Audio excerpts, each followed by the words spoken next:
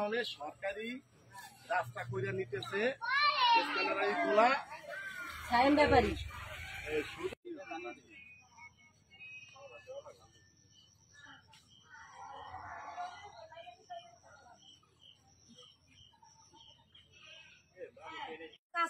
কোনো জায়গায় কাজ করতে পারি না, একটা বাচ্চা উঠতে হাঁটাতে পারে না, আমাকে হতে হবে। এই দুনিয়া স্কুলের মাস্টার আমাকে সন্তানকে তো অত্যাচার করে, কোনো রেজাল্টের প্রতি নাম্বার দেয় না। এ শ্বশুর বাড়ি আমরা কোনো ঠিক মতো মুখে থাকি আমার এই দুটো ঠিকভাবে সারা করতে পারি না, থাকতে পারি না, তো অত্যাচার। রাস্তা আমরা রাস্তা চাই না, রাস্তা আমার বাকি শরীর গেলে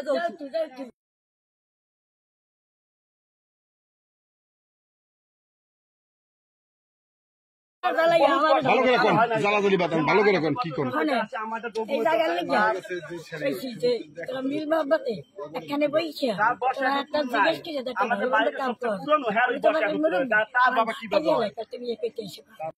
ইকবাল ব্যাপারী, আমার পিতার নাম আব্দুল ব্যাপারী।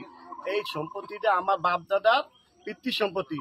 তারা একটা ভুয়া মুক্তিযোদ্ধার সার্টিফিকেট তৈরি করে তারা সরকারি চাকরি নিয়ে প্রবল খাটিয়ে আমাদের এলাকাবাসীরে কাউরে শান্তিতে রাখে না। তারা জোর হলে অনেক কিছু করে, আমাদের পুলিশের ভয় দেখায়, মামলার ভয় দেখায়, জোরপুট করে নেয়। আমরা বাধাবস্তি করতে আসলে আমরা জিজ্ঞাসা করলে আমাদের মারধর করে।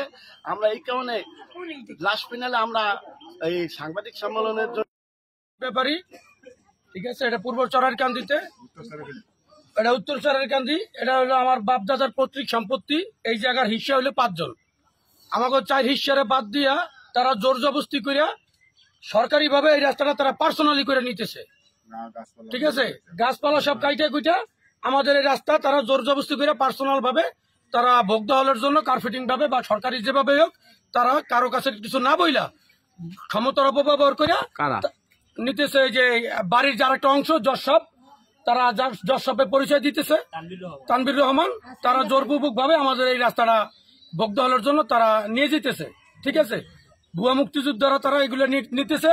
আপনাদের কাছে আকুল আবেদন, আপনারা এটা সঠিক তদন্ত করিয়া অন্তত আমাদের পৈতৃক সম্পত্তি বাপদাদার এটা যাতে রক্ষা পায়, এর জন্য আপনারা এটা সুষ্ঠু তদন্ত করিয়া এটার ব্যবস্থা নেবেন।